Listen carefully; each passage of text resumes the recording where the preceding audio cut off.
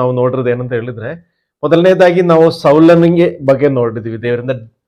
ದೇವರ ಕೃಪಾವರ, ದೇವರ ಆತ್ಮನ ಕೃಪಾವರ ಸಿಕ್ಕಿದಂತ ಸಮುವೇಲನ ಆಶೀರ್ವಾದ ಮಾಡಿ ತೈಲಾಭಿಷೇಕ ಮಾಡಿ. ಎರಡನೇದಾಗಿ ನಾವು ನೋಡಿದ್ದು ಸೌಲನ ಮರಣವನ್ನು ನಾವು ನೋಡಿದ್ವಿ. ಅದಾದ್ಮೇಲೆ ನಾವು ಎರಡನೇ ನಡೆಯೋದು ದಾವೀದನನ್ನು ಯಾವ ರೀತಿಯಲ್ಲಿ ದೇವರು ಆಯ್ಕೆ ಮಾಡ್ಕೊಂಡಿದ್ದಾರೆ, ಯಾವ ರೀತಿಯಲ್ಲಿ ಅವನು 40 ವರ್ಷ ಇಸ್ರಾಯೇಲ್ ಅರಸನಾಗಿ ಹೆಂಗೆ ಇದ್ದ, ಸತ್ತಿರೋದು ಯಾವ ಲೆಕ್ಕದಲ್ಲಿ ನೋಡಿದ್ದೆ, ಅದೇ ಕುಲದಲ್ಲಿ ಕಳೆದ ವಾರ ನಾವು ನೋಡಿರೋದು ಅದೇ ಕುಲದಲ್ಲಿ, ದಾವೀದನ ಕುಲದಲ್ಲಿ ಹುಟ್ಟಿರೋದ್ರಿಂದ ಯೇಸು ಕ್ರಿಸ್ತನು ತಾನು ಬಂದಿರೋದ ಬಗ್ಗೆ ದೇವರ ವಾಕ್ಯವನ್ನು ಯೆಶಾಯನ ಪ್ರವಾದನ ಗ್ರಂಥದಿಂದ ತೆಗೆದು ಓದುವಂತ ಸಂಗತಿಗಳು ನಾವು ನೋಡಿದ್ವಿ. ಅಲ್ಲಿ ನೋಡುವಂತ ವಿಷಯ ಅಂತ ಹೇಳಿದ್ರೆ, ನಮಗೇನು ಅದಕ್ಕೆ ಅನ್ವಯ ಆಗುವ ವಿಷಯ ಅಂತ ಹೇಳಿದ್ರೆ, ಯೇಸು ಕ್ರಿಸ್ತನು ಬಂದಿರೋದು ಯಾವ ಉದ್ದೇಶ ಅಂತ ಹೇಳಿದ್ರೆ, ಶುಭವರ್ತಮಾನವನ್ನು ಕೊಡುವುದಕ್ಕೇನು, ದುಃಖಿಸಿ ಅದೇ ರೀತಿಯಲ್ಲಿ ನೋವಿನಲ್ಲಿರುವವರಿಗೆ ಎಲ್ಲರಿಗೇನು ಬಿಡುಗಡೆ ಕೊಡ್ಲಿಕ್ಕೇನು, ರಕ್ಷಣೆ ಕೊಡ್ಲಿಕ್ಕೇನು ಬಂದಿರೋದು ಯೇಸು ಕ್ರಿಸ್ತನು. ಇದು ನಾವು ಒಂದು ಸ್ಟ್ರಕ್ಚರ್ ಅಲ್ಲಿ, ಸೌಲನು ಅದಾದ್ಮೇಲೆ ನೆಕ್ಸ್ಟ್ ಅರಸನಾಗಿ ದಾವೀದನ ಬಂದಾದ್ಮೇಲೆ ಇಡೀ ಮನುಷ್ಯ ಕುಲಕ್ಕೆ ದೇವಕುಮಾರನು ಅರಸನಾಗಿ ಬಂದು ಹೋಗಿರುವಂತ ಒಂದು ಸನ್ನಿವೇಶ. ಪ್ರಿಯರೇ, ಮತ್ತೆ ನಾವು ಇವತ್ತು ಹೊಸ ಒಡಂಬಡಿಕೆ ಹೋಗೋಣ. ಇವತ್ತೊಂದು 4 ವ್ಯಕ್ತಿಗಳನ್ನ, ಈ ವ್ಯಕ್ತಿಗಳೆಲ್ಲ ನಿಮಗೆ ತುಂಬಾ ಗೊತ್ತಿರೋದಂತ ವ್ಯಕ್ತಿಗಳು, ಹಲವಾರು ವಿಷಯಗಳು ಇವ್ರ ಬಗ್ಗೆ ಪ್ರಸಂಗ ಮಾಡಿ ಕೇಳಿಸ್ಕೊಂಡಿರೋ ವ್ಯಕ್ತಿಗಳು. ಅದರಿಂದ ಆ ಕಾರ್ಯಗಳಿಗೆ ನಾನು ಹೋಗ್ತಾ ಇಲ್ಲ. ನಾನು ಪರ್ಟಿಕ್ಯುಲರ್ ಆಗಿ ಇಲ್ಲಿ ತನಕ ಯಾರು ಹೇಳದಲ್ಲ, ಇಲ್ಲಾಂದ್ರೆ ಆತರ ಸ್ವಲ್ಪ ಮಾತ್ರ ಹೇಳಿದಂತ ಕೆಲವೊಂದು ವಿಷಯಗಳು ಮಾತ್ರ. ಇವರಲ್ಲಿ ದೇವರಾತ್ಮನು, ಇಲ್ಲಾಂದ್ರೆ ದೇವರು, ನಿಮ್ಗೆಲ್ಲ ಗೊತ್ತು, ಆದಿಕಾಂಡದಲ್ಲಿ ನಾವು ಆ ಕಡೆಯಿಂದ ಈಗಿನ ನೋಡುವಾಗ ನಮಗೆ ಆನ್ಸರ್ ಅಂದ್ರೆ ಡೈರೆಕ್ಟ್ ಆಗಿ ದೇವರು ತನ್ನ ಇಷ್ಟವಾದಂತ, ಇಲ್ಲಿ ತನ್ನ ಆಯ್ಕೆ ಮಾಡಿದಂತ ವ್ಯಕ್ತಿಗಳ ಜೊತೆ ಮಾತಾಡ್ತಾ ಇರೋದಾಗಿ ನಾವು ನೋಡ್ತೀವಿ. ಡೈರೆಕ್ಟ್ ಆಗಿ ದರ್ಶನದಲ್ಲಿ ಇರ್ಬೋದು, ಒಂದು ಕನಸಲ್ಲಿ ಇರ್ಬೋದು, ಇಲ್ಲಾಂದ್ರೆ ದೂತರ ಮುಖಾಂತರ. ಇವತ್ತು ನಾವು ನೋಡ್ತಾ ಇರೋದು ವಿಶೇಷವಾಗಿರೋದು, ಮೊದಲನೇದಾಗಿ ನಾವು ವಿಶೇಷವಾಗಿ ನೋಡ್ತಾ ಇರೋದು ಒಂದು ವ್ಯಕ್ತಿ ಅನ್ನೋದು ಹೇಳಿದ್ರೆ, ಆದಿಕಾಂಡ 6ನೇ ಅಧ್ಯಾಯದಲ್ಲಿ 9ನೇ ವಾಕ್ಯದಲ್ಲಿ, ನೋಹನು ನೀತಿವಂತನು, ತನ್ನ ಕಾಲದವರಲ್ಲಿ ತಪ್ಪಿಲ್ಲದವನು ಆಗಿದ್ದನು, ಅವನು ದೇವರೊಂದಿಗೆ ಅನ್ಯೋನ್ಯವಾಗಿ ನಡೆದುಕೊಂಡನು.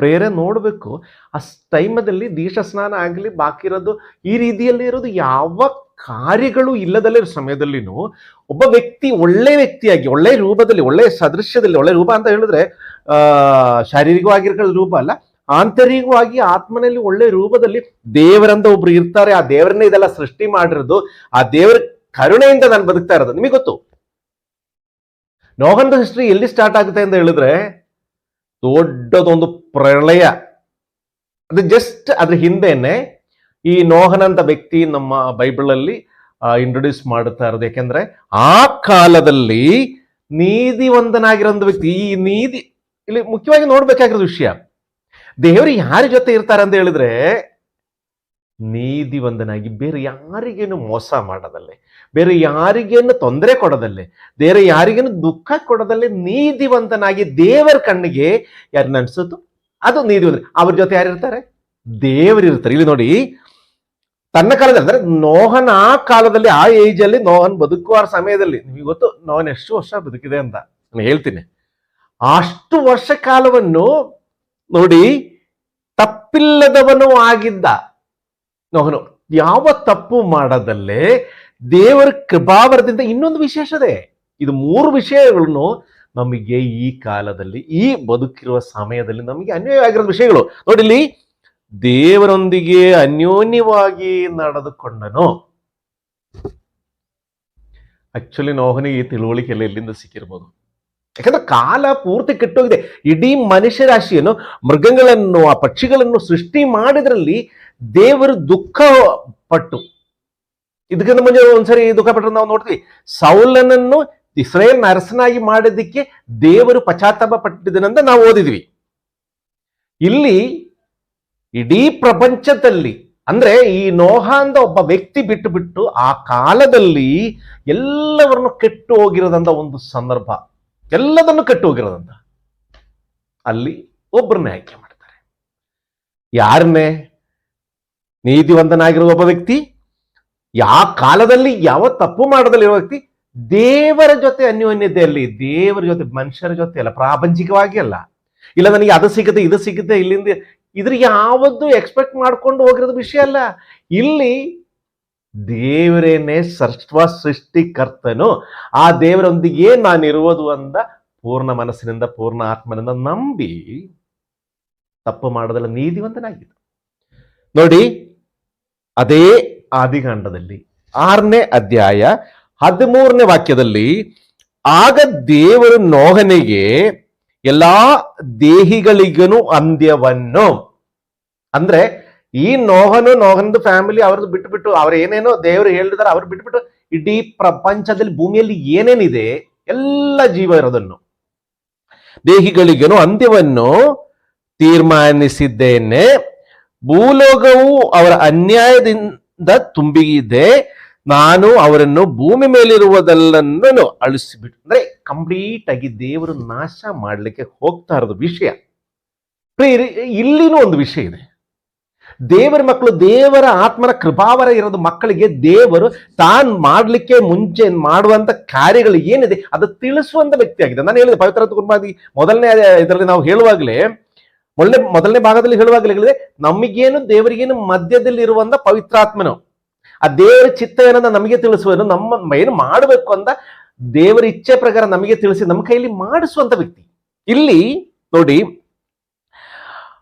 ಆಗ ದೇವರು ನೋಹನಿಗೆ ಆ ದೇವರು ತಿಳಿಸ್ತಾ ಇದ್ದಾರೆ. ನೋಹನಿಗೆ ಬಂದ್ಬಿಟ್ಟು, ಯಾಕಂದ್ರೆ ಅವನು ನೀತಿವಂತನು, ಚೆನ್ನಾಗಿದ್ದಾನೆ, ಒಳ್ಳೇದನು, ನನಗೆ ಇಷ್ಟವಾಗಿರೋದು ಮನುಷ್ಯ. ನಮ್ಮ ಕಳೆದ ಸರಿ ನೋಡಿದೆ, ಯಾರನ್ನ ನೋಡಿ, ದಾವೀದನು ನನಗೆ ಒಪ್ಪುವಂತ ಮನುಷ್ಯನು, ನಾನು ಒಪ್ಪಿರುವ ಮನುಷ್ಯನಂತ ಹೇಳುವಾಗಲಿ ಇಲ್ಲಿ ನೋಡಿ ದೇವರು ಅದೇ ರೀತಿಯಲ್ಲಿ ಅದಕ್ಕಿಂತ ಎಷ್ಟೋ ವರ್ಷ ಹಿಂದೆನೆ ದೇವರು ಒಪ್ಪಿರೋದು ಒಂದು ಮನುಷ್ಯ ನೋಹ.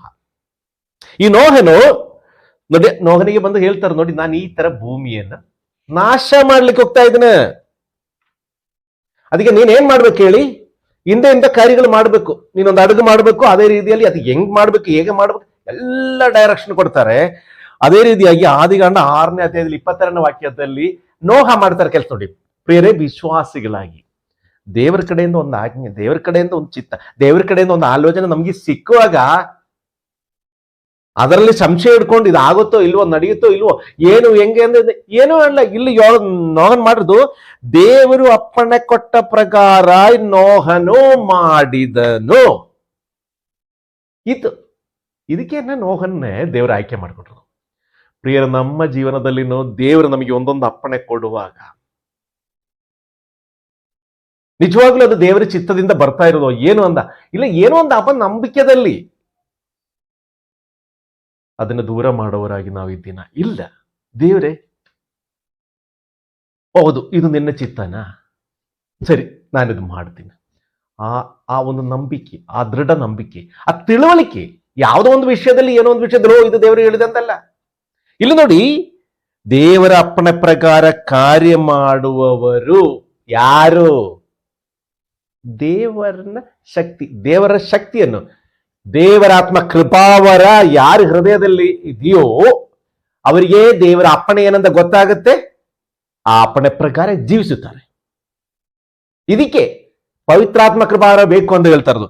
ಇಲ್ಲಿ ಅದೇ ಆದಿಕಾಂಡ 7ನೇ ಅಧ್ಯಾಯದಲ್ಲಿ 1ನೇ ವಾಕ್ಯದಲ್ಲಿ, ಆಗ ಯೆಹೋವನು ಏನು ಡೈರೆಕ್ಟ್ ಆಗಿ ಮಾತಾಡ್ತಾ ಇರೋದು ನೋಹನಿಗೆ, ಡೈರೆಕ್ಟ್ ಆಗಿ, ಬೇರೆ ದೂತರು ಯಾವುದೋ ಒಂದು ಕನಸಲ್ಲಿನೂ ಎಲ್ಲ ಬರ್ತಾ ಇರೋದು. ಆಗ ಯೆಹೋವನು ನೋಹನಿಗೆ, ನೀನು ನಿನ್ನ ಮನೆಯವರೆಲ್ಲರೂ ನವೆಯಲ್ಲಿ ಸೇರಿರಿ, ಈಗಿನವರಲ್ಲಿ ನೀನೊಬ್ಬನೇ ನನ್ನ ಮುಂದೆ ನೀತಿವಂತನಾಗಿ ನಡೆಯುವುದನ್ನು ನೋಡಿದ್ದೇನೆ. ಏನಿಗೆ ನೋಹನ ಕೈಯಲ್ಲಿ ಇದೆಲ್ಲ ಕೆಲಸ ಮಾಡಿಸಿ ಅಂತ ಹೇಳಿದ್ರೆ ದೇವರೇ ಹೇಳ್ತಾ ಇದೆ, ಕೆಲಸ ಮಾಡಿ ನೋಹನೇ, ನೀನು ನಿಮ್ಮ ಮನೆಯವ್ರಿಗೆ ಯಾರ್ಯಾರು ನಾನು ಹೇಳಿದೆ ಅವ್ರನ್ನೆಲ್ಲರನ್ನು ಹಚ್ಸಿ, ರೈಟ್. ಯಾಕಂದ್ರೆ ಈಗಿರೋದ್ರಲ್ಲಿ ನಿನ್ನೆ ಒಬ್ಬನೇ ಮಾತ್ರ ನೀತಿವಂತನಾಗಿ ನನಗೆ ಕಾಣಿಸ್ತಾ ಇರೋದು. ಪ್ರಿಯರು, ಒಂದು ವ್ಯತ್ಯಾಸದಲ್ಲಿ ಇಲ್ಲಿನ ಒಂದು ವಿಷಯ ನಾನು ಹೇಳ್ತೀನಿ. ಇಲ್ಲಿ ನೋಹನೊಬ್ಬನೇ ವ್ಯಕ್ತಿ ಅಂತ ದೇವರ ವಾಕ್ಯದಲ್ಲಿ ದೇವರೇ ಹೇಳ್ತಾ ಇದ್ದಾರೆ, ನೀನು ಒಬ್ಬನೇ ನೀತಿವಂತ. ಆದ್ರೆ ಆ ಪೆಟ್ಟಕದಲ್ಲಿ ಇಲ್ಲದ್ರೆ ಆ ಒಂದು ದೋಣಿಯಲ್ಲಿ ಹಡಗಲ್ಲಿ ಅವನ ಮನೆಯವರು, ಅದೇ ರೀತಿಯಾಗಿ ಅವನ ಮಕ್ಕಳು, ಅದೇ ರೀತಿಯಾಗಿ ಪ್ರಾಣಿಗಳಲ್ಲಿ, ಪಕ್ಷಿಗಳಲ್ಲಿ ಗಂಡು ಹೆಣ್ಣು ಈ ತರ ನೋಡಿಬಿಟ್ಟು ದೇವರು ಏನೇನು ಇದು ಕೊಟ್ಟಿದ್ದಾರೆ ಅದನ್ನು ಉಳಿಸ್ಕೊಂಡು ಒಬ್ಬ ನೀತಿವಂತನಾಗಿರೋದ್ರಿಂದ. ಪ್ರಿಯರು, ಇವತ್ತು ನಾವು ಯೋಚನೆ ಮಾಡಬೇಕು. ನಾವು ದೇವರ ವಾಕ್ಯ ಕಲಿತಾ ಇರುವಾಗ, ದೇವರ ವಾಕ್ಯ ಕೇಳುವಾಗ, ದೇವರ ದಾರಿಯಲ್ಲಿ ನಡೆಯುವಾಗ ನಾವು ಒಬ್ಬನೇ ಅಲ್ಲ, ನೀತಿವಂತನಾಗಿ ದೇವರು ಇಷ್ಟವಾಗಿ ದೇವರು ಒಪ್ಪುವಂತ ಮನುಷ್ಯನಾಗಿ ನಾವು ನಡೆಯುವಾಗ ನಮ್ಮ ಮನೆಯವರು, ನಮ್ಮ ಸುತ್ತಮುತ್ತಲೇ ಇರೋದು, ನಮ್ಮ ಫ್ರೆಂಡ್ಸ್, ಇವರೆಲ್ಲವರನ್ನು ದೇವರ ಕಂಡುಕೊಳ್ಳುವ ಹಾಗೆ ದೇವರು ಮಾಡ್ತಾರೆ. ನೋಡಿ, ಅದೇ ಹೇಳ್ತಾರೆ, ಒಬ್ಬ ನೀತಿವಂತನಿಂದ ಇಷ್ಟು ಜನ ಇಡೀ ಪ್ರಪಂಚದಲ್ಲಿ ಈಗ ಕಾಣಿಸ್ತಾರದು ಎಲ್ಲದೂ ಇರ್ಲಿಕ್ಕೆ ಕಾರಣವಾಗಿರೋದು ಒಬ್ಬ ನೀತಿವಂತ. ಇಲ್ಲಿ ಹಾಗೆ ಇವನು ನೀನು ನಿನ್ನ ಮನೆಯವರದೆಲ್ಲ ಮುಂದೆ ನೀತಿವಂತನೇ ನಡೆಯುವುದು ನೋಡಿದ್ದೇನೆ. ಅಂದ್ರೆ ದೇವರು ಕಾಣಿಸ್ತಾರೋ ಇಲ್ವೋ ಅಂತ ಲೆಕ್ಕದಲ್ಲಿ ನೋಹನ್ ಯಾವತ್ತೂ ನಡೆಯಲಿಲ್ಲ. ನೋಹನ್ದು ಆತ್ಮ ಏನ್ ಹೇಳ್ತಾನೋ, ಆ ಚಿಂತದಲ್ಲಿ ಏನ್ ಹೇಳ್ತಾನೋ, ಇದು ಸರಿ ಇದು ತಪ್ಪು ಅಂತ ತಿಳುವಳಿಕೆದಲ್ಲಿ ಅವನ್ ನಡೆದಿರೋದ್ರಿಂದ ದೇವರು ಅದು ನೋಡಿ, ಓಕೆ ಇವನ್ ಕರೆಕ್ಟ್, ಇವನ್ ನನಗೆ ಬೇಕಾಗಿರೋನು. ಹೊಸ ಲೋಕ, ಹೊಸ ಪ್ರಪಂಚ, ಹೊಸ ಭೂಮಿ ಇವನಿಂದ ಶುರುವಾಗುತ್ತೆ. ದೇವರು ತೀರ್ಮಾನ ಮಾಡಿದ್ರು. ನೋಡಿ ಇಲ್ಲಿ ಅದೇ ಇದರಲ್ಲಿ 7ನೇ ಅಧ್ಯಾಯ 5ನೇ ವಾಕ್ಯದಲ್ಲಿ ಯಾಕೆ ನೋಹನ್ನ ಸೆಲೆಕ್ಟ್ ಮಾಡಿದೆ ಅಂತ ಹೇಳ್ತಾರೆ. ಇಲ್ಲಿ ಯೆಹೋವನು ಆಜ್ಞಾಪಿಸಿದನ್ನೆಲ್ಲ ನೋಹನು ಮಾಡಿದ. ಪ್ರಿಯರೇ, ನಮ್ದೆಲ್ಲ ಪ್ರಾಬ್ಲಮ್ ಏನ್ ಗೊತ್ತಾ? ದೇವ್ರು ಏನ್ ಆಜ್ಞಾಪಿಸ್ತಾ ಇದ್ದಾರೆ, ದೇವ್ರು ಏನ್ ಕೊಡ್ತಾ ಇದ್ದಾರೆ, ಇಲ್ಲ ದೇವ್ರು ಏನ್ ಹೇಳ್ತಾ ಇರೋದಂತ ನಿಜವಾಗ್ಲೂ ಅರ್ಥ ಆಗದಲ್ಲೇ. ಈ ಅರ್ಧ ರಾತ್ರಿಯಲ್ಲಿ ಕೋಳಿ ಇಂದು ಕೆಜಿ ಇದೆಲ್ಲ ಕೂಡ ಅದು ಬಿಚ್ಚಿಬಿಟ್ಟು ಅದನ್ನ ಹೊರಡ ಬಿಟ್ಟಿದ್ರೆ ಎಲ್ಲಿ ಹೋಗ್ಬೇಕು, ಏನ್ ಬೇಕಂತ ಕಣ್ಕಾಣದಲ್ಲಿ ಏನು ಮಾಡ್ಲಿಕ್ಕೆ ಆಗಲ್ಲ. ಅದೇ ಅವಸ್ಥದಲ್ಲಿ ಕಣ್ಣು ಕಾಣದಲ್ಲಿ ಇರೋದು ಪಕ್ಷಿ ಪ್ರಾಣಿಗಳಾಗಿ ನಾವು ಬದುಕ್ತೀನ? ಇಲ್ಲ. ದೇವರ ಆತ್ಮ ಕೃಪಾವರದಿಂದ, ದೇವರ ಅನುಗ್ರಹದಿಂದ, ದೇವರ ಆಶೀರ್ವಾದದಿಂದ ನಾವೆಲ್ಲಿ ಹೋಗ್ಬೇಕು, ಹೆಂಗ್ ಹೋಗ್ಬೇಕು, ಏನ್ ಮಾಡ್ಬೇಕಂತ ತಿಳುವಳಿಕೆಯಲ್ಲಿ ಇವತ್ತು ಈ ದೇವರ ವಾಕ್ಯ ಮುಂದೆ ನಾವು ಕೂತಿದನ ಅದನ್ನ ಮಾಡೋಣ. ಇಲ್ಲಿ ನೋಡಿ, ಆದ್ರೆ ನೋಹನು ಹೆಂಡತಿ ಮಕ್ಕಳನ್ನ ಎಲ್ಲರನ್ನ ಮಾಡಿ ಅಲ್ಲಿ 7:5 ಹೇಳಿದ್ರು ಆಜ್ಞಾಪಿಸನ್ನೆಲ್ಲ ಮಾಡೋಣ. ಆಜ್ಞಾಪಿಸ ಮಾಡುವಕ್ಕೆ ಅದು ತಿಳುವಳಿಕೆ ಇರ್ಬೇಕಲ್ಲ. ಇದು ಹೇಳುವಾಗ ಕೆಲವರು ತಮಾಷೆಗೆ ಹೇಳ್ತಾರೆ, ಅಲ್ಲ ಅವತ್ತು ದೇವ್ರು ಇದೇ ತರ ಡೈರೆಕ್ಟ್ ಆಗಿ ಬಂದು ಹೇಳ್ತಾರೆ, ಇವತ್ತೇನಾದ್ರೂ ನಮ್ಗೆ ಬಂದು ಹೇಳ. ಖಂಡಿತ ನಾನು ಅದೆಲ್ಲ ಮಾಡ್ತಾ ಇದ್ದೆ ಅಂತ. ಇದೊಂಥರ ಹೆಂಗೆ ಆಗಿದೆ ಅಂತ ಹೇಳಿದ್ರೆ, ಸೆಂಟ್ ಥಾಮಸ್ ಶಿಷ್ಯರಲ್ಲಿ ತೋಮ ಮಾಡಿರದ ಕೆಲಸ ತರ ಆಯ್ತು. ನಾನು ಮುಟ್ಟಿ ನೋಡೋದೆಲ್ಲ ನಾನು ನಂಬಲ್ಲ ಅಂತ. ಅದಾದ್ಮೇಲೆ ಕೊನೆಗೊಂದು ಕೆಲಸ ಮಾಡ್ತಾರೆ. 7ನೇ ಅದರಲ್ಲಿ 7ನೇ ಅಧ್ಯಾಯ 16ನೇ ವಾಕ್ಯದಲ್ಲಿ ದೇವರು ನೋಹನಿಗೆ ಅಪ್ಪಣೆ ಕೊಟ್ಟಂದೆ ಎಲ್ಲಾ ಪ್ರಾಣಿಗಳಲ್ಲಿ ಒಂದು ಗಂಡು ಒಂದು ಹೆಣ್ಣು ಈ ಮೇರೆಗೆ ಸೇರಿದ್ದವು. ಯೆಹೋವನು ಈ ನೋಹನನ್ನು ಒಳಗಿಟ್ಟು ಮುಚ್ಚಿದನು. ಇಲ್ಲಿ ತನಕ ಒಂದು ಕೆಲಸ ನೀವು ಅಬ್ಸರ್ವ್ ಮಾಡ್ಕೊಳ್ಳಿ. ಫಸ್ಟ್ ಇದೇ ತರ ನಾನು ಎಲ್ಲ ಮಾಡ್ತೀನಿ ಅಂತ ಹೇಳ್ತೀನಿ. ಎಲ್ಲ ಮಾಡಿಬಿಟ್ಟು ಇಷ್ಟು ದಿವಸ ಮಳೆ ಬೀಳುತ್ತೆ, ಇಷ್ಟು ದಿವಸದಿಂದ ಆದ್ಮೇಲೆ 7 ದಿವಸ ಆದ್ಮೇಲೆ ಮಳೆ ಶುರುವಾಗುತ್ತೆ. ಅದಾದ್ಮೇಲೆ 40 ರಾತ್ರಿನೂ 40 ಹಗಲಿನೂ ಮಳೆ ಇರುತ್ತೆ. ಇದೆಲ್ಲ ಹೇಳಿ ನೀನ್ ಹಿಂದೆಲ್ಲ ಮಾಡಿ ಎಲ್ಲ ರೆಡಿ ಆಗಾದ್ಮೇಲೆ ಆಯ್ತಾ, ಎಲ್ಲಾರು ಆಯ್ತಾ, ನೋವನಿಗೆ ಹೇಳುದೆಲ್ಲ ರೆಡಿ ಮಾಡ್ಕೊಂಡು ನೋವನ್ನು ಸಮಯದ ಒಳಗಡೆ ಹಾಕಾದ್ಮೇಲೆ ಅದು ಆ ಬಾಗಿಲು ಮುಚ್ಚುವಂತ ಕೆಲಸ ಯಾರು ಮಾಡಿದ್ದಾರೆ? ಪ್ರಿಯರ, ನಮ್ಮ ಜೀವನದಲ್ಲಿನೂ ನಮಗೆ ಇದೇ ತರ ಪ್ರೊಟೆಕ್ಷನ್. ಅಲ್ಲಿ ನೋಹನಿಗೆ ಒಳಗಡೆ ಹಾಕಿ ಕರೆಕ್ಟ್ ಆಗಿ ಎಲ್ಲಿನೂ ನೀರು ಒಳಗಡೆ ಹೋಗೋದಲ್ಲೇ ಆ ಡೋರ್ ಮುಚ್ಚಿಸಿರೋದು ದೇವರು. ಒಂದ ಕೆಲಸಗಾರನ್ ಬಂದ್ ಮಾಡ್ತಾ ಇರ್ತಾರ, ಇಲ್ಲ ಜೊತೆಯಲ್ಲಿರೋರು ಒಬ್ರು ಮಾಡ್ತಾ ಇರ್ತಾರ. ಆ ದೇವರ ಮುಂದೆ ನೀತಿವಂತನಾಗಿ ನಡೆಯುವಂತ ವ್ಯಕ್ತಿಗೆ ಎಲ್ಲಾ ಪ್ರೊಟೆಕ್ಷನ್, ಎಲ್ಲಾ ಸಂರಕ್ಷಣೆ ಕೊಡಲಿಕ್ಕೆ ದೇವರು ರೆಡಿ ಇದ್ದಾರೆ. ಆದ್ರೆ ಅದರಿಂದ ಒಂದು ಪರ್ಮಿಷನ್ ಕೊಡ್ಲಿಕ್ಕೆ ಮಾತ್ರ ನಾವು ರೆಡಿ ಇಲ್ಲ. ಇಲ್ಲಿ ನೋಡಿ, ಅಲ್ಲಿ ದೇವರ ಕೃಪಾವರದಿಂದ ಎಷ್ಟು ಹೆಚ್ಚಾಗಿ ಅಂದ್ರೆ ಅಷ್ಟು ಸುರಕ್ಷಿತವಾಗಿ ಒಳಗೆ ಹಾಕಾದ್ಮೇಲೆ ಆ ಡೋರು ಮುಚ್ಚಿ ನೋಹನನ್ನು ಒಳಗಿಟ್ಟು ಮುಚ್ಚಿದನು. ನಾವು ಯಾರು, ನಾವು ಏನು, ಯಾವ ರೀತಿಯಲ್ಲಿ ಎಲ್ಲದನ್ನು ಮಾಡ್ಬೇಕಾದ ವಿಧಾನ ಹೇಳಾಯ್ತು. ಮಳೆ ಎಷ್ಟು ದಿವಸ ಬರುತ್ತೆ ಅಂತ ಹೇಳಾಯ್ತು. ಎಲ್ಲ ಹೇಳಿದ್ರು ಕೂಡ ಅಪನಂಬಿಕೆ ಇಲ್ಲದೆ ನೋಹನ ಕೆಲಸ ಎಲ್ಲ ಮಾಡಿ ಕೊನೆಗೆ ನನ್ನ ನಂಬಿದಂತ ನನ್ನ ಮಗನು ನೋಡಿ ಈ ತರ ಎಲ್ಲದನ್ನು ಮಾಡಿದರೆ, ಅದಕ್ಕೋಸ್ಕರ ಏನ್ ಮಾಡ್ತೀನಿ, ನೀನು ಆರಾಮಾಗಿ ಒಳಗಡೆ ಹೋಗಿ ಎಲ್ಲ ಸೇಫ್ ಆಯ್ತಲ್ಲ, ಈಗ ನಾನು ಮುಚ್ತಾ ಇದ್ದೇನೆ, ಕೆಲಸ ಸ್ಟಾರ್ಟ್ ಆಗುತ್ತೆ ಈಗ ಅಂತ. ಮಳೆ ಶುರುವಾಯಿತು. ಹತ್ರ ಆ ಪ್ರಳಯ 150 ದಿವಸ ಅಂದ್ರೆ ನೀರಿಗೆ ಒಂಚೂರು ಹೆಚ್ಚು ಕಮ್ಮಿ ಇದು ಬರ್ಲಿಕ್ಕೋಸ್ಕರನೇ 150 ದಿವಸ ಆ ಪ್ರಳಯ ಹಂಗೆ ನಿಂದಿ ಅಂತ ಹೇಳ್ತಾರೆ. ಅದೇ ಅಧಿಕಾರದಲ್ಲಿ 8ನೇ ಅಧ್ಯಾಯದಲ್ಲಿ 1ನೇ ವಾಕ್ಯದಲ್ಲಿ ದೇವರು ನಮ್ಮನ್ನ ನೆನೆಸ್ಕೊಳ್ತಾರೆ. ಇಲ್ಲಿ ನೋಹನ್ನ ನೆನೆಸ್ಕೊಳ್ಳುವಂತ ಒಂದು ಸಿಚುವೇಶನ್. ಇದೆಲ್ಲ ಒಂದು ಎಕ್ಸಾಂಪಲ್. ಇದೆಲ್ಲ ಹಳೆ ಒಡಂಬಡಿಕೆಯಲ್ಲಿ ಬರೆದರೂ ಕೂಡ ಈ ಕಾಲದಲ್ಲಿನೂ ದೇವರ ಕಡೆ ತಿರುಗಿ ದೇವರ ನೀತಿಯಲ್ಲಿ ದೇವರಿಗೆ ನೀತಿವಂತನಂತ ಅನಿಸುವವರ ಜೊತೆ ಖಂಡಿತ ಇದೆಲ್ಲ ದೇವರು ನಿಂತ್ಕೊಂಡು ಮಾಡ್ತಾರೆ. ಇಲ್ಲಿ ನೋಡಿ 8ನೇ 1ನೇ ತರುವಾಯ ದೇವರು ನೋಹನನ್ನು ಅವನ ಸಂಗಡ ನವೆಯಲ್ಲಿದ್ದ ಎಲ್ಲಾ ಮೃಗ ಪಶುಗಳನ್ನು ನೆನಪಿಗೆ ತಂದುಕೊಂಡು ಭೂಲೋಕದ ಮೇಲೆ ಗಾಳಿ ಬೀಸುವಂತೆ ಮಾಡಲಾಗಿ ನೀರು ತಗ್ಗಿತ್ತು. ಈಗ ಎಲ್ಲ ಆಯ್ತು, ಬೀಕ್ ಹಾಕಾಯ್ತು, ಡೋರ್ ಕ್ಲೋಸ್ ಮಾಡಿ ಎಲ್ಲ ರೆಡಿ ಮಾಡಿ ಸೆಟಪ್ ಮಾಡಿ ಆಯ್ತು, ಮಳೆ ಶುರುವಾಯ್ತು.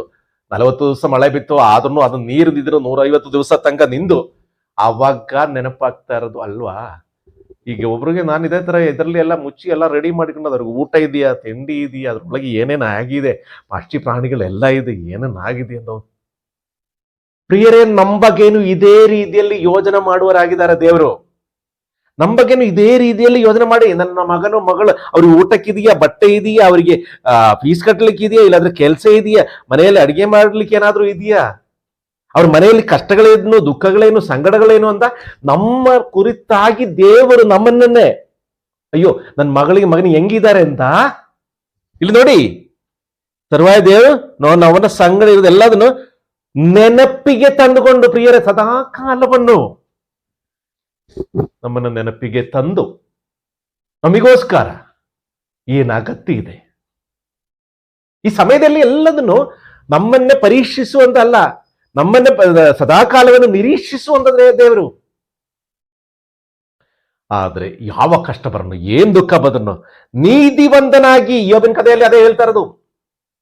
ಎಷ್ಟೆಷ್ಟು ಕಷ್ಟ ತೊಂದರೆಗಳು ಬಂದಿರನು, ಯೋಬನು ದೇವರನ್ನ ದೂಷಿಸಲಿಲ್ಲ. ಅದಕ್ಕೆ ಏನಾಯ್ತು, ಕಳೆದು ಹೋಗಿರೋದು ಎಲ್ಲದಕ್ಕೇನು ಒಂದಷ್ಟು ಪಟ್ಟು ಅವನಿಗೆ ವಾಪಸ್ ಕೊಟ್ಟು, ಇಲ್ಲಿ ಕೊಂಡು ಬುಲದ ಮೇಲೆ ಗಾಳಿ ಬೀಸೊಂದಂದ್ರೆ ಸಾಕು, ಬಾಕಿರೋದೆಲ್ಲ ಸತ್ತೋಗಿದೆ. ನೀತಿವಂತನ ಆಗಿರೋದು ನೋಹರು ಮತ್ತೆ ಅವನ ಫ್ಯಾಮಿಲಿ, ಅವ್ರು ನಾನೇನೇ ಹೇಳಿದ ಅದು ಮಾತ್ರ ಇರೋದು. ನಿಲ್ಸೋಣ ಎಲ್ಲರಿಗೂ, ಅವ್ರಿಗೇನು ಇನ್ನೊಂದು ಹೊಸ ಬದುಕು ಕಟ್ಕೊಳ್ಳಂತ ಎಲ್ಲ ವ್ಯವಸ್ಥೆಯನ್ನು ನಾನು ಮಾಡಿಕೊಡ್ತೀನಿ ಅಂತ ಹೇಳಿ ಎಲ್ಲದನ್ನು ಸ್ಟಾಪ್ ಮಾಡಿ ಹಂಗೆ ನೀರೆಲ್ಲ ಇಳಿದು ಎಲ್ಲದನ್ನು ಇದು ಮಾಡಾದ್ಮೇಲೆ 8ನೇ ಅಧ್ಯಾಯದಲ್ಲಿ 15 ವಾಕ್ಯದಲ್ಲಿ ಅಲ್ಲ 8ನೇ ಅಧ್ಯಾಯ ಅಲ್ಲಿ ಏನಾಗುತ್ತೆ ಅಂತ ಹೇಳಿದ್ರೆ, ಇದೇ ರೀತಿಯಾಗಿ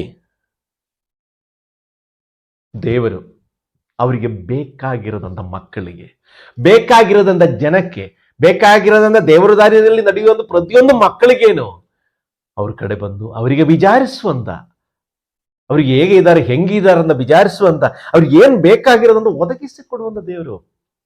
ಪ್ರಿಯರೇ, ಅದಕ್ಕೆ ಗೊತ್ತಾಗಬೇಕು ಅಂತ ಹೇಳಿದ್ರೆ ಕಮ್ಯುನಿಕೇಶನ್ ಇರಬೇಕು. ಇಲ್ಲಿ ದೇವರು ನೋಹನ ಜೊತೆ ಡೈರೆಕ್ಟ್ ಆಗಿ ಮಾತಾಡಿದೆ, ನೋಹನು ಡೈರೆಕ್ಟ್ ಆಗಿ ಮಾತಾಡಿದೆ. ಆದ್ರೆ ಇವಾಗ ನಮ್ಮೊಳಗಡೆ ಇದು ಪವಿತ್ರಾತ್ಮನ ಕೊಟ್ಟಿದ್ದಾರೆ ದೇವರು. ಆ ಪವಿತ್ರಾತ್ಮ ನಮ್ಮನ್ನ ಇದ್ಬಿಟ್ಟು ಪ್ರತಿಯೊಂದು ವಿಷಯನೂ, ಈ ಮಗನ ಹಿಂಗಿದ್ದಾಳೆ, ಈ ಮಗಳಿಗೆ ಹಿಂಗಿದ್ದಾಳೆ ಅಂತ ಇಲ್ಲಿ ಒಳಗಡೆ ಕೂತ್ಕೊಂಡು ಅಲ್ಲಿಯೇ ಕಳಿಸ್ತಾರೆ. ಒಂದ್ ಕೆಲಸ ಮಾಡಿ ಅಲ್ಲಿ ಈ ರೀತಿಯಲ್ಲಿ ಹಿಂಗ್ ಮಾಡಿ, ಇಲ್ಲಾಂದ್ರೆ ಸರಿ ಹೋಗಲ್ಲ ಅಂತ ಹೇಳಿ ಅಂತ ಕರೆಕ್ಷನ್ ಮಾಡ್ತಾರೆ. ಆದ್ರೆ ನಾವಿಲ್ಲಿ ಏನ್ ಮಾಡ್ತೀವಿ, ಇದೆಲ್ಲರೂ ಮಾಡ್ತಾರ ಕೆಲಸನೇ, ಅದ್ರಲ್ಲಿ ದೊಡ್ಡದಾಗಿ ಏನಿದೆ. ನಾವೇನ್ ಮಾಡ್ತೀವಿ, ಇನ್ನು ಇದೇ ತರ ತಪ್ಪು ಮಾಡಿರೋದು ಜನಗಳು ಯಾವ ರೀತಿಯಲ್ಲಿ ಬದಲಾಗಿ ಬಂದಿದೆ, ಅವ್ರಿಗೇನು ಆಗಿಲ್ಲ ಅಂದ್ರೆ ಅವ್ರನ್ನ ಉದಾಹರಣೆ ಹಿಡ್ಕೊಂಡು ಪ್ರಾಪಂಚಿಕವಾಗಿ ನೋಡ್ತೀವಿ. ಸೌಲನ ವಿಷಯದಲ್ಲಿ ನಾನು ಹೇಳಿದ ಒಂದು ವಿಷಯ ನಿಮ್ಮಲ್ಲಿ ನೆನಪಲ್ಲಿ ಇರಬಹುದು.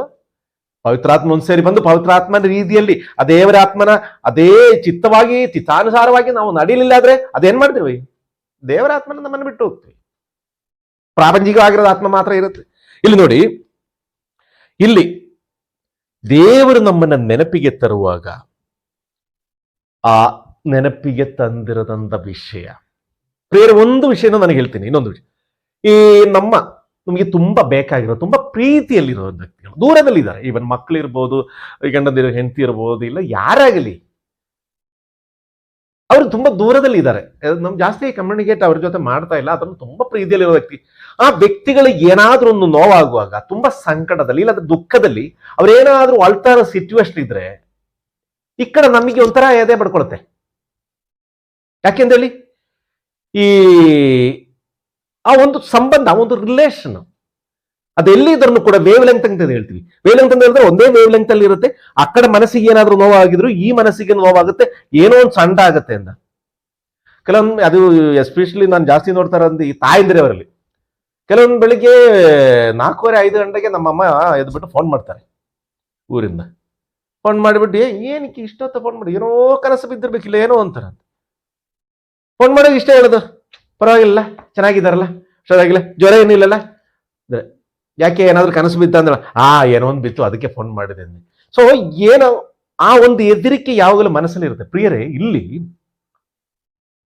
ದೇವರು ನಮ್ಮನ್ನು ನೆನೆಸ್ಕೊಳ್ಳುವಾಗ ಇಮ್ಮಿಡಿಯೇಟ್ ಆಗಿ ನಮಗೆ ಗೊತ್ತಾಗುತ್ತೆ. ದೇವರು ನನ್ನನ್ನು ನೆನೆಸ್ಕೊಳ್ಳುವಾಗ ಇಮ್ಮಿಡಿಯೇಟ್ ಆಗಿ ನಮಗೆ ಗೊತ್ತಾಗುತ್ತೆ. ಯಾಕೆಂದ್ರೆ ಆ ದೇವರಾತ್ಮನು ಇಲ್ಲಿ ಒಳಗಡೆ ಇದೆ. ಆ ದೇವರಾತ್ಮನ ಏನಾದ್ರೂ ನಾವು ಮಾಡ್ತಾ ಇರೋ ಕೆಲಸ ನೋವಾಗುವಾಗ ಖಂಡಿತ ಗೊತ್ತಾಗುತ್ತೆ. ನಮ್ಮ ಮೂಡೇ ಚೇಂಜ್ ಆಗುತ್ತೆ. ನಮಗೆ ಏನ್ ಮಾಡ್ಲಿಕ್ಕೆ ಇಂಟ್ರೆಸ್ಟ್ ಬರಲ್ಲ. ಯಾಕಂದ್ರೆ ದೇವರ ಮುಂದೆ ಪಾಪಿಯಾಗಿ ನಿಂದಿರೋ ಸಮಯ ಅದು ಗೊತ್ತಾಗಬೇಕು ಅಂತ ಹೇಳಿದ್ರೆ ದೇವರಾತ್ಮನ ಜೊತೆ ಅಷ್ಟೊಂದು ಕ್ಲಿಯರ್ ಆಗಿರೋದು ರಿಲೇಷನ್. ನಮ್ಮ ಅಪ್ಪ ಎಲ್ಲಾದ್ರೂ ಹೋಗಿ ಬರೋಂಥ ಸಮಯದಲ್ಲಿ ನಾವೇನಾದ್ರೂ ಮನೆ ಮುಂದಗಡೆ ಇದ್ರೆ ಇಲ್ಲಾಂದ್ರೆ ನಾವೆಲ್ಲಾದ್ರೂ ಕೂತಿದ್ರೆ ಏನ್ ಮಾಡ್ತೀವಿ, ನಾವು ತಕ್ಷಣ ಎದ್ದು ಬಿಟ್ಟು ಅಪ್ಪ ಬನ್ನಿ ಕೂತ್ಕೊಳ್ಳಿ, ಇಲ್ಲಾಂದ್ರೆ ಅವ್ರು ಕೂರತಂಗ ಮತ್ತೆ ನಾವು ಕೂರಲ್ಲ. ಹಳೆ ಸಂಪ್ರದಾಯ, ಹೊಸದಲ್ಲ. ಈಗಿನ ಕಾಲದ ಮಕ್ಕಳಿಗೆ ಇದು ಯಾವುದು ಗೊತ್ತಿಲ್ಲ. ಈಗ ಅಪ್ಪ ಅಮ್ಮ ಎದ್ದು ಕೊಡ್ಬೇಕು ಮಕ್ಕಳು ಬರುವಾಗ. ಇಲ್ಲಿ ಅದು ಆದ್ರೆ ನಮ್ಮ ದೇವರು ನಮಗೆ ನೆನೆಸ್ಕೊಳ್ಳುವ ಸಮಯದಲ್ಲಿ, ಆ ನೆನೆಸ್ಕೊಳ್ಳೋ ಸಂದರ್ಭದಲ್ಲಿ ನಮ್ಮ ಎದೆಯೊಳಗೆ ಜಾಗ ಕೊಡಬೇಕು. ನಮ್ಮನ್ನ ನಾವು ಪರಿಶೋಧನೆ ಮಾಡಬೇಕು. ಪ್ರಿಯರೇ, ಇದೆಲ್ಲ ನಮ್ಮಲ್ಲಿ ಆಗ್ತಾ ಇದ್ರೆ ಖಂಡಿತ ಇದು ನಮ್ಮೊಳಗೆ ದೇವರಾತ್ಮನ ಕೃಪಾವರ ಇದೆ, ದೇವರಾತ್ಮನ ಇದೆ ಎಂದ ಚೆಕ್ ಮಾಡಿ. ಹೋಗಲಾದ್ರು ಇದೇ ರೀತಿಯಲ್ಲಿ ಆ ಒಂದು ರಿಲೇಶನ್ಶಿಪ್ ನಮ್ಮ ದೇವರ ಜೊತೆ ನಾವು ಮಾಡಿದ್ರೆ, ನಮ್ಮ ಅಪ್ಪ ಅಮ್ಮನ ಜೊತೆ ಪ್ರಾಪಂಚಿಕವಾಗಿರೋದು ಅಪ್ಪ ಅಮ್ಮನ ಜೊತೆ, ಮಗಳ ಜೊತೆ, ಮಗನ ದೂರದಲ್ಲಿ ಇದನ್ನ ಒಂದ್ ದಿವಸ ಫೋನ್ ಮಾಡ್ಲಿಲ್ಲ, ಅಯ್ಯೋ ಏನಾಯ್ತು ಹೆಂಗೆ ಆಯ್ತು ಅಂತ ಆತಂಕ ಶುರುವಾಗುತ್ತೆ. ಆದ್ರೆ ನಮ್ಮ ದೇವರು ನಮಗೋಸ್ಕರ ಪ್ರಾಣ ಕೊಟ್ಟಂತ ದೇವರು, ಇಡೀ ಜೀವವನ್ನ ಕೊಟ್ಟಂತ ದೇವರು, ರಕ್ತವನ್ನ ಕೊಟ್ಟಂತ ದೇವರು. ಇಲ್ಲಿ ನೋಡಿ, ಅದೇ ಆದಿಕಾಂಡ 8ನೇ ಅಧ್ಯಾಯ 20 ಮತ್ತೆ 21, 22 ಇಲ್ಲಿ ನೋಡಿ 20ನೇ ವಾಕ್ಯದಲ್ಲಿ, ಆಗ ನೋಹನು ಯೆಹೋವನಿಗೆ, ಅಂದ್ರೆ ಯಾವಾಗ ಆ ಸಿಚುವೇಶನ್, ಯಾವಾಗ ಎಲ್ಲ ಮುಗೀತು, ನೀರೆಲ್ಲ ಹಿಡಿದಾಯ್ತು, ಯಾವುದೋ ಒಂದು ಬೆಟ್ಟದ ಮೇಲೆ ಇದು ನಿಂದು ಹೊರಗಡೆ ಎಲ್ಲ ಒಣಗಿದೆ ಅಂತ ಹೇಳಿ ಎಲ್ಲಾನು ಹೊರಗಡೆ ಬಂದು, ಅವಾಗ ದೇವರು ನೋಡಿ ನೋಹನ ಮಕ್ಕಳಿಗೇನು ಒಳ್ಳೆ ಒಂದು ವಿಷಯ ಅಂತ ಹೇಳಿದ್ರೆ, ನೀವು ಚೆನ್ನಾಗಿ ಆರಾಮಾಗಿ ಖುಷಿಯಾಗಿ ದೇವರ ಸಂತಾನವಾಗಿ ಈ ಭೂಮಿ ಎಲ್ಲದನ್ನು ತುಂಬಿ ಹಂಗೆ ದೇವರು ಅನುಗ್ರಹಿಸ್ತಾರೆ. ತಕ್ಷಣ ನೋಹನ ಏನ್ ಮಾಡ್ತಾನೆ ಅಂತ ಹೇಳಿದ್ರೆ, ದೇವರಿಗೆ ಒಂದು ಯಜ್ಞವೇದಿಯನ್ನು ರೆಡಿ ಮಾಡಿ ಅದರಲ್ಲಿ ಶುದ್ಧವಾದ ಎಲ್ಲಾ ಪಶು ಪಕ್ಷಿ ಜಾತಿಗಳಲ್ಲಿ ಸರ್ವಾಂಗ ಹೋಮವನ್ನು ಮಾಡಿದ್ರು. ಈ ಸರ್ವಾಂಗ ಹೋಮ ಮಾಡುವಾಗ ಒಂದು ಕೆಲಸ ಆಗುತ್ತೆ. ಇದೊಂದು ಸ್ಮೆಲ್ಲಲ್ಲಿ ಅಷ್ಟು ಚೆನ್ನಾಗಿರೋದು.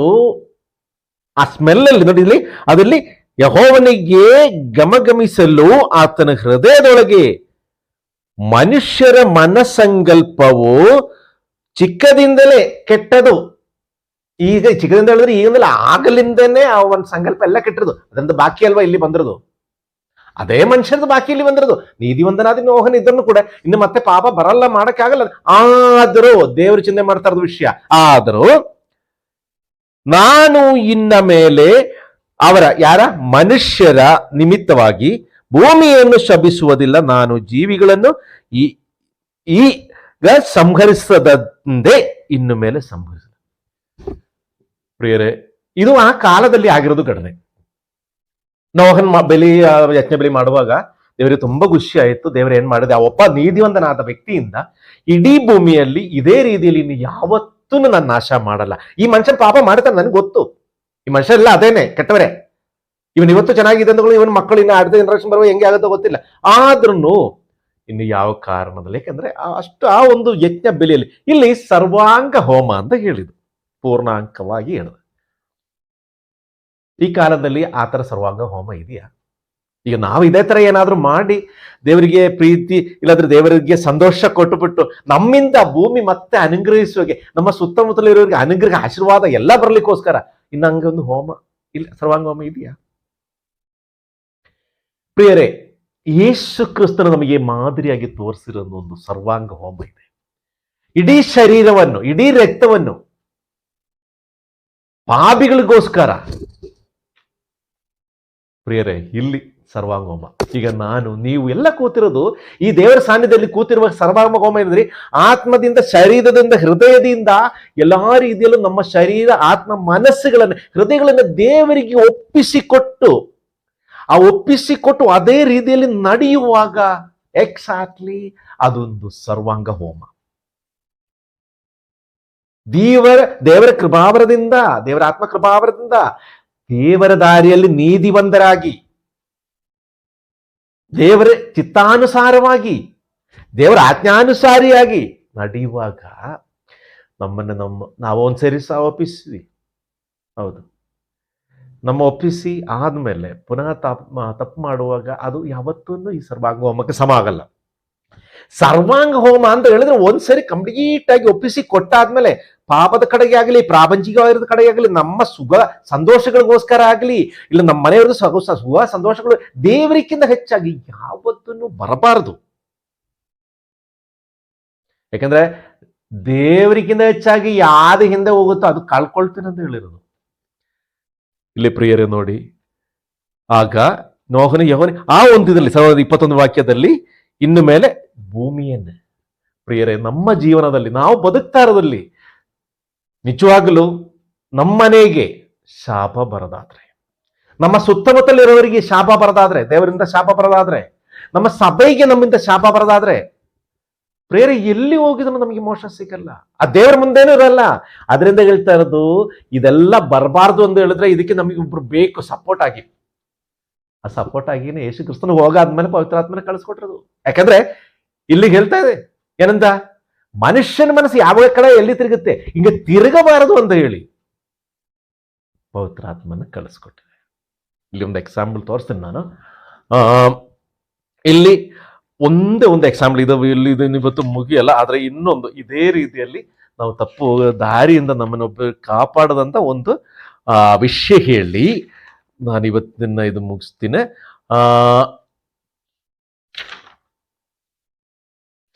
ಇಲ್ಲಿ ಯಾವ ರೀತಿಯಲ್ಲಿ ಅಂತ ಹೇಳಿದ್ರೆ,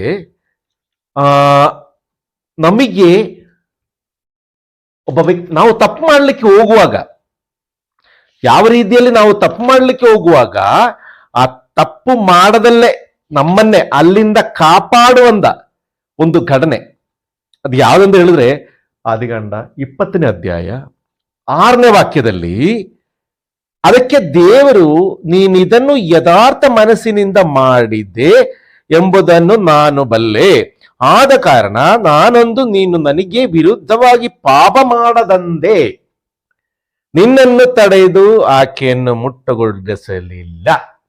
ಇದು ಯಾರ ಬಗ್ಗೆ ಹೇಳ್ತಾ ಇರೋದು ಅಂತ ನಾನು ಸಣ್ಣ ಇಂಟ್ರೊಡಕ್ಷನ್ ಕೊಡ್ತೇನೆ. ಅಬ್ರಾಹ್ಮದು ಹೆಂಡತಿ ಸಾರಾ ಬಗ್ಗೆ ಹೇಳ್ತಾ ಇರೋದು. ಅವರು ಹೋಗಾದ್ಮೇಲೆ ಆ ದೇಶಕ್ಕೆ ಹೋಗಾದ್ಮೇಲೆ ಆ ದೇಶದಿಂದ ರಾಜನಾಗಿರೋದಂತ ಅಭಿಮಲೇಖ್ ಏನ್ ಮಾಡ್ತಾರೆ ಅಂತ ಹೇಳಿದ್ರೆ, ನೋಡ್ಲಿಕ್ಕೆ ಸುಂದರಿ ಆಗಿರೋದಂತ ಹೇಳಿ ಕರ್ಕೊಂಡ್ಬಂದು ತನ್ನ ಹೆಂಡತಿಯಾಗಿ ಮಾಡ್ಕೊಳ್ಳೋದಂತ ಕರ್ಕೊಂಡ್ಬಂದಿದ್ದಾರೆ ಅಷ್ಟೇ.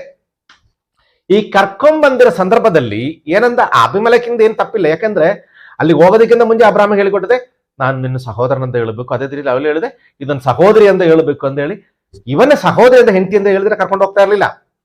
ಆದ್ರೆ ಇವನ ಹೆದರಿಕೆ, ಯಾಕೆಂದ್ರೆ ಅಲ್ಲಿ ಜನಗಳಿಗೆ ದೇವರ ಭಯ ಇಲ್ಲದಲ್ಲಿರೋದು ಜನಗಳಂತ ಇದಾಗಿ ಇನ್ನು ನನಗೇನೋ ಮಾಡಿಬಿಡ್ತಾರೋ ಅಂತ ಹೇಳಿಬಿಟ್ಟು ಹಂಗೆ ಸುಳ್ಳು ಹೇಳಿರೋದು.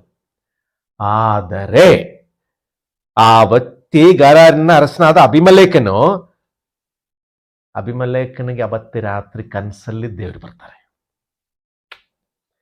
ಕನಸಲ್ಲಿ ಬಂದ್ಬಿಟ್ಟು ನೀನ್ ಏನ್ ಮಾಡ್ಲಿಕ್ಕೆ ಹೊರಟಿದೀಯಾ, ನೀನ್ ಕರ್ಕೊಂಡ್ಬಂದ್ರೆ ಇನ್ನೊಬ್ರದ್ದು ಹೆಂಡ್ತಿನೇ, ಅದರಿಂದ ನೀನು ಇವತ್ತು ಸಾಯ್ಲಿಕ್ಕೆ ಹೋಗ್ತಾ ಇದ್ದೆ ಅಂತ ಹೇಳುವ. ಅಯ್ಯೋ ದೇವರೇ, ಅವರು ಸಹೋದರಿ ಅಂತ ಹೇಳೋದು ಇವನ್ ಸಹೋದರ ಅಂತ ಹೇಳಿರೋದು, ಹಿಂಗೆ ಹೇಳೋದಕ್ಕೆ ನಾನೇನ್ ತಪ್ಪು ಮಾಡಲ್ಲ, ನಾನೇನು ತಪ್ಪು ಮಾಡೋದಿಲ್ವ, ನನ್ನನ್ನು ನೀನ್ ಸಾಯಿಸ್ತೀಯ ಅಂತ ಹೇಳುವಾಗ ಹೇಳುವಂತ ಮಾತು, ದೇವರು ಹೇಳುವಂತ ಮಾತು ಏನಂತ ಹೇಳಿ, ಅದಕ್ಕೆ ದೇವರು ನೀನು ಇದನ್ನು ಯಥಾರ್ಥ ಮನಸ್ಸಿನಿಂದ ಮಾಡಿದ್ದೆ ಎಂಬುದನ್ನು ನಾನು ಬಲ್ಲೆ. ನನಗೆ ಗೊತ್ತು ನೀನು ಒಳ್ಳೆ ಮನಸ್ಸಿಂದನೇ ಕೆಲಸ ಮಾಡಿದೆ ಅಂತ.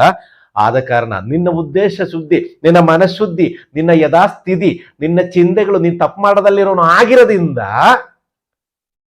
ಇನ್ನೇನು ಸ್ವಲ್ಪ ಕಾಲ ಬಿಟ್ರೆ ನೀನ್ ತಪ್ಪು ಮಾಡ್ತೀಯ ಅದು ನನಗೆ ಗೊತ್ತಾಯ್ತು. ಆದ್ರೆ ನನಗೆ ವಿರುದ್ಧವಾಗಿ ನೀನ್ ತಪ್ಪು ಮಾಡ್ಲಿಕ್ಕೆ ನೀತಿವಂತನಾಗಿರೋದು ನಿನ್ನನ್ನೇ, ನಿನ್ನ ಒಳ್ಳೆ ಮನಸ್ಸಿರೋದು ನಿನ್ನನ್ನೇ ನಾನು ಬಿಡ್ತಿಲ್ಲ, ನಾನು ತಡೆ ಮಾಡಿದೆ. ಪ್ರಿಯರೇ, ನಮ್ಮ ಜೀವನದಲ್ಲಿ ಪವಿತ್ರಾತ್ಮ ಕೃಪಾವರ ನಮಗೆ ಏನಕ್ಕೆ ಬೇಕು ಅಂತ ಹೇಳಿದ್ರೆ, ಪ್ರತಿಯೊಂದು ಕೆಲಸ ಮಾಡ್ಲಿಕ್ಕೆ ದೇವ್ರೆ ಇದು ಬೇಕಂದ್ರೆ ತಕ್ಷಣ ಇಮ್ಮಿಡಿಯೇಟ್ ಆಗಿ ದೇವರ ಕೃಪಾವರ, ದೇವರ ಆತ್ಮನ ಹೇಳ್ತಾರೆ ಇದು ಬೇಕೋ ಬೇಡವಾ ಅಂತ. ನನಗೆ ಎಷ್ಟೋ ಸರಿ ಅನುಭವ ಆಗಿದೆ. ಅದು ಒಂದ್ಸರಿ ಬೇಡ ಅಂತ ಡಿಸೈಡ್ ಮಾಡಾದ್ಮೇಲೆ ಖಂಡಿತ ಮತ್ತೆ ಅದ್ರ ಬಗ್ಗೆ ಯೋಜನೆ ಮಾಡ್ಬೇಡಿ. ಯಾಕಂದ್ರೆ ದೇವ್ರ ಚಿತ್ತವಾಗಿ ಬಂದಿರೋದು ವಿಷಯ. ಇದು ನಮ್ಮ ಹೃದಯದಲ್ಲಿ ಬರಬೇಕು. ಆ ಆತ್ಮನ ಶಕ್ತಿ, ಆ ಆತ್ಮನಿಗೆ ಕೇಳುವಂತ ನಮ್ಮ ಮನಸ್ಸಲ್ಲಿ ಎದುಕೊಂಡು ಇದು ನೀನ್ ಮಾಡಿ, ಇದು ನೀನ್ ಮಾಡಬೇಡ, ಇದು ನೀನ್ ಮಾಡಿ, ಇದನ್ನ ಮಾಡಬೇಡ ಅಂತ ಹೇಳ್ಬೇಕು ಅಂತ ಹೇಳಿದ್ರೆ ಪ್ರಾರ್ಥನಾ ಜೀವಿತದಲ್ಲಿ ಮಾತ್ರ ಸಾಧ್ಯ ಆಗೋದು. ಸರಿಯಾಗಿ ಪ್ರಾರ್ಥನೆ ಮಾಡಬೇಕು ಅಂದ್ರೆ ನಾವು ದೇವರ ಕೃಪಾವರವನ್ನು ಬೇಕು. ಪ್ರಿಯ, ಆಗರಿಂದ ಇವತ್ತು ಆಕ್ಚುಲಿ 4 ಜನ ಬಗ್ಗೆ ನಿಮಗೆ ಹೇಳಬೇಕು ಅಂತ ನಾನು ಇದನ್ನೇ. ಈಗ ನೋಹನ್ ಇದೆ, ಅದಾದ್ಮೇಲೆ ಅಬ್ರಾಹ್ಮನು, ಮತ್ತೆ ಈಗ ಅಭಿಮಲೇಖನ ಹೇಳಾಯ್ತು, ಅಬ್ಬನನ್ ಮತ್ತೆ ಲಾಟನ್. ಇದೇ ರೀತಿಯಲ್ಲಿ ದೇವರನ್ನ ತಿಳ್ಕೊಂಡ್ರಿಂದ ಅದು ನೆಕ್ಸ್ಟ್ ಸೆಷನ್ ಅಲ್ಲಿ ನಾನು ಹೇಳ್ತೀನಿ.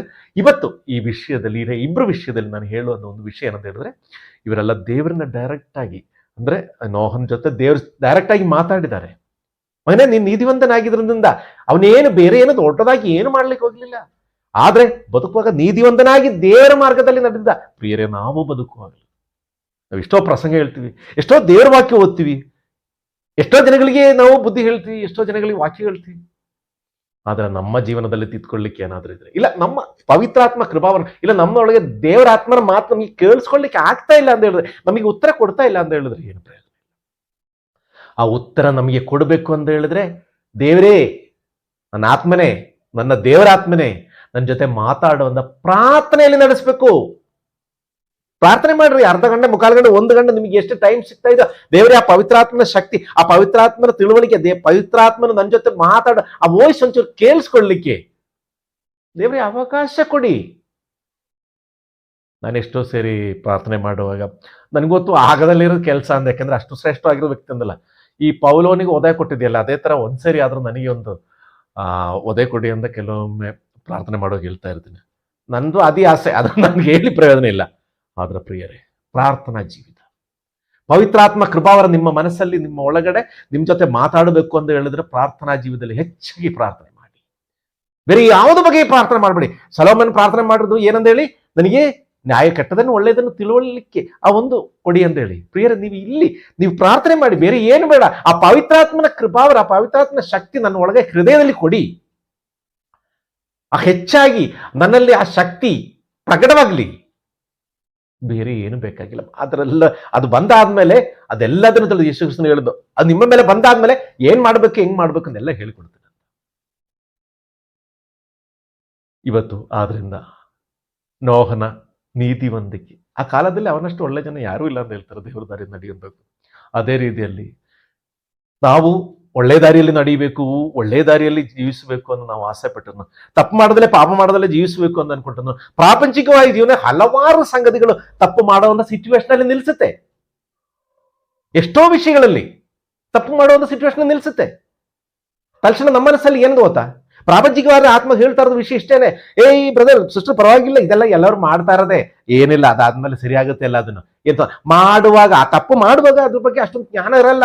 ತಪ್ಪು ಮಾಡಾದ್ಮೇಲೆ ಗೊತ್ತಾಗುತ್ತೆ, ಅಯ್ಯೋ ನಾನು ಮಾಡಬಾರ್ದಿತ್ತಲ್ಲ. ಆ ಅವಸ್ಥೆ ನಮ್ಮ ಜೀವನದಲ್ಲಿ ಯಾರಿಗೇನು ಬರಬಾರ್ದು ಅಂತ ಹೇಳಿದ್ರೆ, ಪವಿತ್ರ ಆತ್ಮನ ಆ ಶಕ್ತಿ, ಆ ದೇವರ ಆತ್ಮನ ಶಕ್ತಿಗೆ ಮಾತ್ರ ಎಲ್ಲ ದಿನ ಆ ಸದಾಕಾಲ ನಮ್ಮ ಜೊತೆ ಇದ್ಕೊಂಡು, ರಜಿ ಇದು ಮಾಡೋದು ಬೇಡ, ಇಲ್ಲದನ್ನ ಇದು ಮಾಡಬೇಡ, ಅದು ಮಾಡಬೇಡ ಸದಾ ಕೇಳಲಿಕ್ಕೆ ಅವರೊಬ್ಬರೇ ಇರೋದು. ನಮ್ಗೆ ಹೆಂಡತಿ ಮಕ್ಕಳು ಯಾವಾಗಲೂ ನಮ್ಮ ಜೊತೆ ಇರಲ್ಲ, ತಂದೆ ತಾಯಿಗಳು ಯಾವ ಜೊತೆ ಇರಲ್ಲ. ಆದ್ರೆ ಬೇಡ್ಕೊಂಡ್ರೆ ನಮಗೆ ಸೌಜನ್ಯವಾಗಿ ಕಳಿಸ್ಕೊಟ್ಟಂತ ಪವಿತ್ರಾತ್ಮ ಕೃಪಾವರ. ಪ್ರಿಯರೇ, ಈ ರಾತ್ರಿಯಲ್ಲಿ ದೇವರ ಕೃಪಾವರದಿಂದ ನಿಮ್ಮೆಲ್ಲವರಲ್ಲಿನೂ, ನನ್ನಲ್ಲಿನೂ, ಎಲ್ಲವರಲ್ಲೂ ಆ ಪವಿತ್ರಾತ್ಮನ, ದೇವರಾತ್ಮನ ಕೃಪಾವರ ಹೆಚ್ಚಾಗಿ ಮುಂದಿನ ಜೀವನದಲ್ಲಿ ನೀತಿವಂತರಾಗಿ, ಮನಸ್ಸಿಂದ ಶರೀರದ ಸರ್ವಾಂಗ ಹೋಮ ಆಗಿ ಅಲ್ಲಿ ನೋಹನ್ ಮಾಡಿದ್ರ, ನಮ್ಮನ್ನ ಪೂರ್ಣ ಸರ್ವಾಂಗವಾಗಿ ದೇವರಿಗೆ ಅಪ್ಸೋಣ, ಪೂರ್ಣವಾಗಿ ಒಪ್ಪಿಸಿ ಆ ದೇವರಾತ್ಮನ ಪಡ್ಕೊಳ್ಳೋಣ. ನಿಮಗೆಲ್ಲವರಿಗಿನ ಮುಂದಿನ ದಿವಸಗಳಲ್ಲಿ ಆ ಒಂದು ಶಕ್ತಿ ಪ್ರಕಟವಾಗಲಿ ಅಂತ ದೇವರ ಹತ್ರ ಬೇಡ್ಕೊಳ್ತಾ, ನನ್ನನ್ನು ಇಲ್ಲಿ ಕೇಳಿಸ್ಕೊಂಡಂತ ಎಲ್ಲಾ ಸಹೋದರಿ ಸಹೋದರಿಯರಿಗೇನು ಕ್ರಿಸ್ತ ಯೇಸುವಿನಲ್ಲಿ ಧನ್ಯವಾದಗಳು. Thank you so much. Praise the Lord. Good night.